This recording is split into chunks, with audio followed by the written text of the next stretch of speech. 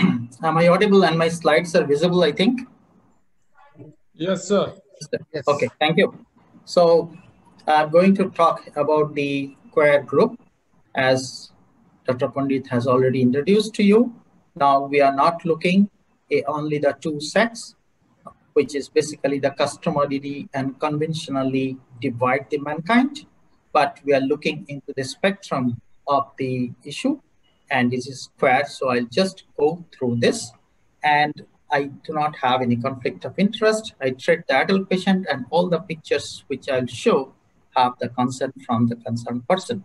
Now I'll discuss about some introduction, then I'll talk about my experience. Uh, I'll discuss about what we mean by genderqueer group and why I am talking about this, the health risk, and lastly, I'll wrap up with some take-home message. Now, this is a patient which came to me, a 24-year-old woman, presented with a history of strong desire to be a male, and she was assigned female at birth, but she would prefer to dress like a boy and playing boyish games. Her behavior was encouraged by her parents as they did not have any male children. She grew up, she started to get attracted toward women. She used to constantly feel that she was trapped in a wrong body and started developing symptoms such as worthlessness, anxiety, depression, suicidal thoughts, and suicidal attempts for the last 4 to 6 months. She expresses the desire to get operated so as to become a man. So this simple case actually let you understand that some of the people have the uh, have this problem of the sex or the gender with which he or she is assigned at birth. So there may be a possibility of incongruity between the sex assigned at birth and the preferred sex of that particular person. Now, this is we call at gender incongruence, means the incongruity between one's assigned sex at birth and one's self-perceived gender. And when this kind of incongruity gives some distress, then we call it as gender dysphoria. Now, this concept that we cannot divide the whole humankind into two different groups, male and female, is there since the ancient time. As you can see, that a lot of mythological stories, lot of literature, there are a lot of paintings, there are a lot of sculptures in which you can see that this concept was there since ancient time. And if you, not only on this part of the world, but if you look into the Western country as well, this is a Greek marble of 2nd century BC. And if you closely look into this figure, you'll find that this particular figure had both breast and the penis, indicating that this actually customarily don't fit with our traditional definition of male and female. So therefore, if we ask this question that how many types of gender we have, as Dr. Pandit has already pointed out, that possibly we cannot divide the whole human kingdom into the two groups of male and female. Rather, we should think that not only the male, female, but we have to think about the third aspect or third gender or kinner, and as we can call it in the Western terminology, the queer group. Now, queer group does not mean that they have only one type of gender, but there are many people, those who do not conform to that of the traditional definition of male and female, are actually clubbed under the heading of the queer group. Now, this is the way by which actually the sexual identity develops. It starts from the chromosomal sex to the gonadal sex, then the genitalia, external genitalia or phenotypical sex. Then they actually take up the gender role, male or female gender role, and then we call them as man or women, and that is on the basis of the chromosomal sex, gonadal sex, phenotypical sex, and very, very importantly is the gender identity or the gender role they take up in their life. So therefore, in most of the situation, this is actually in line, or we call them straight, but sometimes it happens that there is an incongruity between the chromosomal sex, gonadal sex, phenotypical sex, and the gender identity. As you can see in the left panel, if there is XY testis male genitalia, but if adopt a female gender role, we call them transgender women. And on the other hand, in the right panel, if you see the chromosomal sex is XX, gonadal sex, ovaries, female genitalia, male gender role, and then we call them transgender man. So what we actually called them as gender identity disorder long back. It was a psychiatric diagnosis when there is a strong and persistent cross-gender identification, which was combined with a persistent discomfort with one sex or sense of inappropriateness in the gender role of that sex. And this terminology was later changed into the gender dysphoria in 2013. And now people believe that it should not be placed under the heading of the mental and behavioral disorder. It should be outside. And now we have given a new terminology that is gender incongruence. If I ask this simple question, how do you describe your gender? I think almost all of us can give a very clear and straightforward answer, but some of the people in the community may have different answer and very confusing answer. So it may be varied as people, and you just cannot tell the gender of a person from looking, and it is often complicated to figure out. And if you want to know about the gender, the simple way to do it is to ask and ask. You just cannot just figure it out looking from the person. Now, coming to a little bit of my experience among this group of people, this is a young man came to us for the gender affirmation therapy, and we have started the gender reaffirmation therapy in this young boy, and after giving the hormonal therapy and surgery, and you can see that we can call them a trans feminine. Similarly, if you look into this young lady who presented with us with a devastating breast surgery in an endeavor to become a man, and then after coming to us, a redo surgery was done, and the gender reaffirmation therapy was started, and we call them trans-masculine.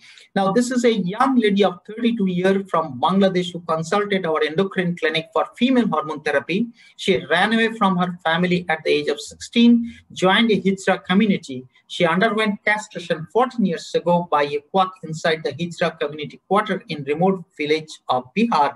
And if you look into the after the operation, you can see there is no genitalia at all. Now, if we look into our experience from the Eastern India, we find that the many people come to us after prior castration and after prior mastectomy operation. Now, this is a young boy came to me at 2001 when he has basically puberty gynecomastia. His parents were apprehensive about that, but he was not.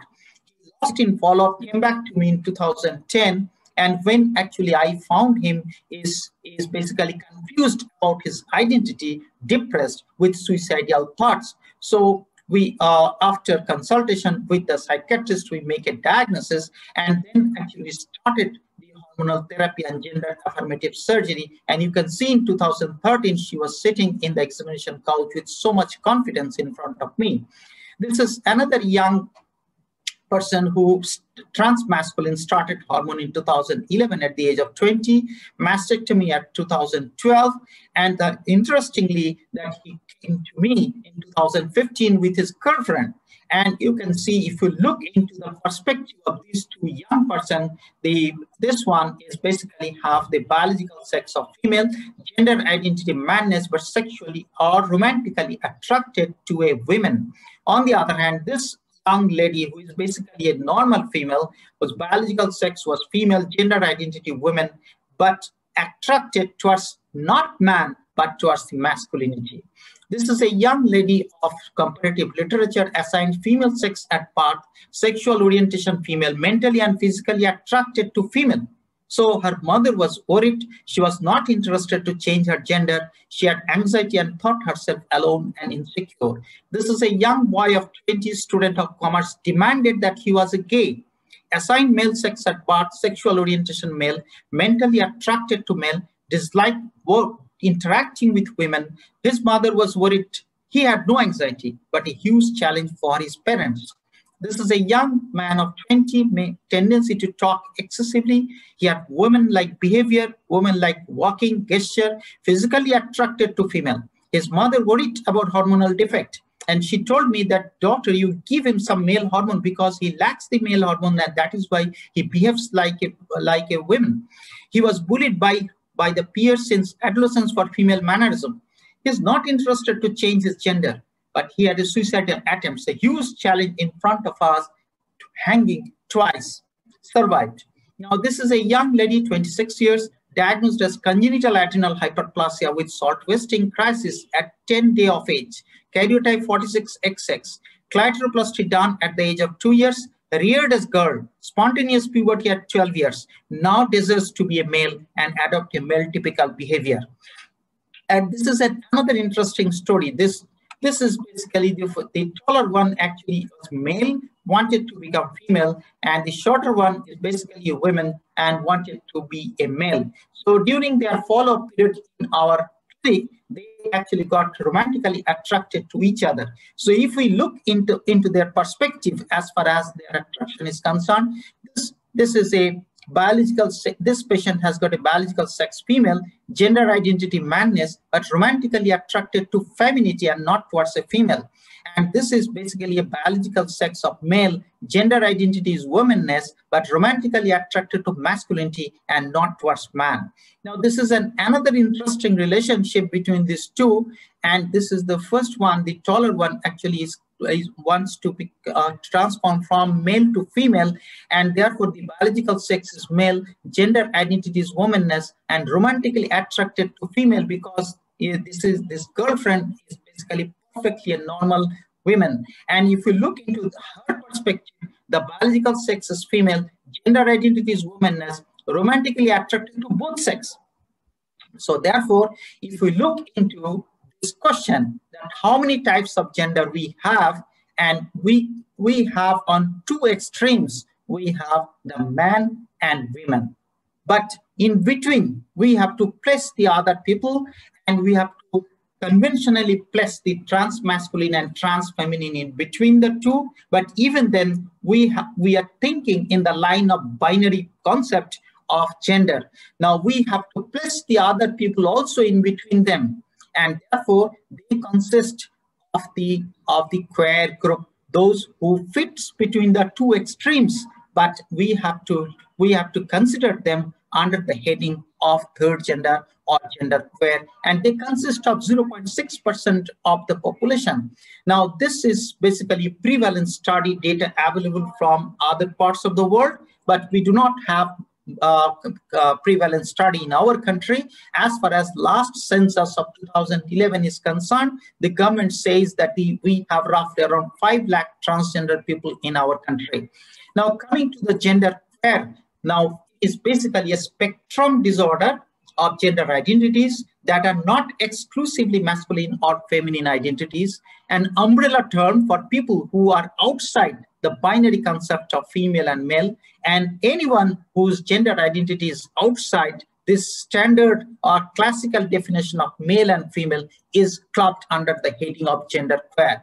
You must have seen these people on the roads, and they consist of the third gender as HISRA, the officially recognized third gender in India. But we also have intersex disorder, transvestite, transgenders, and the gender queer. Anyone who is not heterosexual or cisgender is basically gender queer. You must have heard this terminology LGBT. They consist of lesbian, gay, bisexual, and transgender, and they are further extended the terminology as LGBTQ because many of them don't know how to identify their own gender, so they remain under the heading of questioning.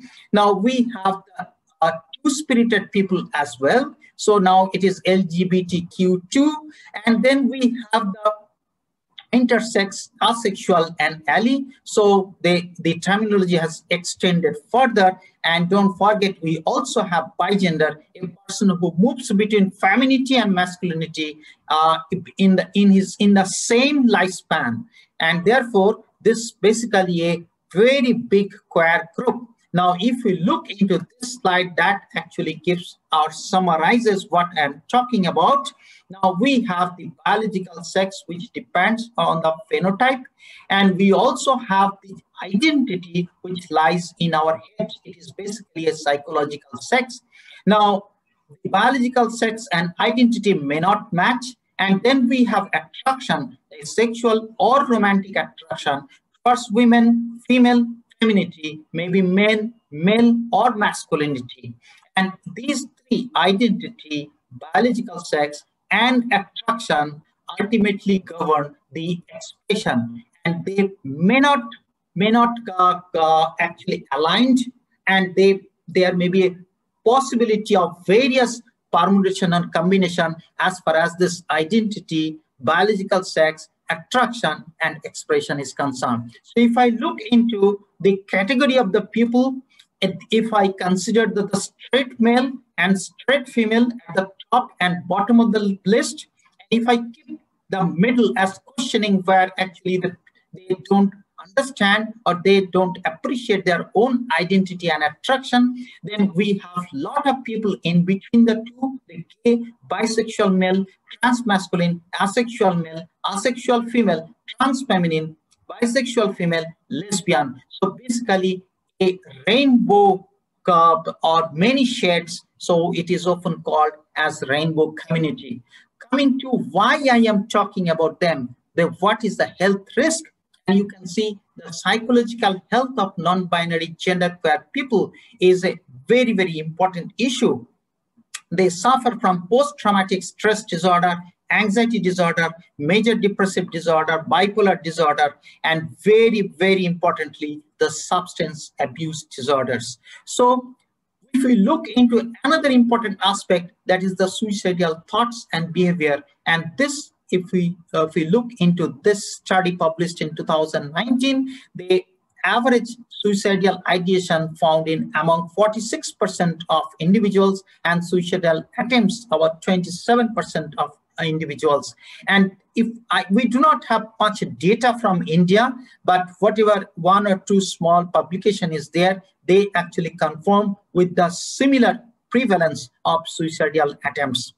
And now how we should manage them. First, we have to understand the client goals. And let me tell you, this goal actually keep on changing. And that is a very, very important challenge in front of us. So we have to make a lot of compromises. And also on part of the patient, they also have to do a lot of compromises because the all ideas and fantasies cannot be fulfilled with the modern medicine. And that is why we have to work with the uncertainty. Let me tell you that medical transition does not legitimize or delegitimize anyone's gender, because we have the also judgment, which is there from 2014. Supreme Court has gives the right to self-identification of the gender as male, female, or third gender. So if you look into our publication, we have found many people who come to our clinic, they have a very high degree of lost in follow-up. So 25% people, they don't follow with us and remain under the care. So the last important part is how the diabetes is associated with this, because the fact some of the people, those who have this kind of disorder or the gender incongruity, they also have the diabetes. And when we start therapy, then we have to consider that this gender reaffirmation therapy have an impact on the management of the diabetes. Giving testosterone therapy actually increase the insulin sensitivity. On the other hand, when you are giving feminizing therapy, there is a possibility of worsening insulin resistance and complicate the treatment of the diabetes mellitus. So we very recently actually published this consensus statement about the medical management of gender incongruent individual. And very recently, I published the quality of life among gender incongruent individual from the Hijra community, which I found is not very bad. So what is the take-home message? I would like to tell you that the non-binary gender identities should be recognized by the healthcare service system. The second is that the specialized training for healthcare providers to become gender literate is the need of the hour. And the guidelines should be revised to include not only the option for the trans women and trans men, but also there should be option for the other gender queer people. And we have to create a welcoming clinical environment, not only for the transgender individual, but also for non-binary gender queer people to disseminate right information and reduce the health risk. Lastly, I'll end with the quote from Tagore, Aro alo, ei noyone prabhu dhalo. Thank you very much.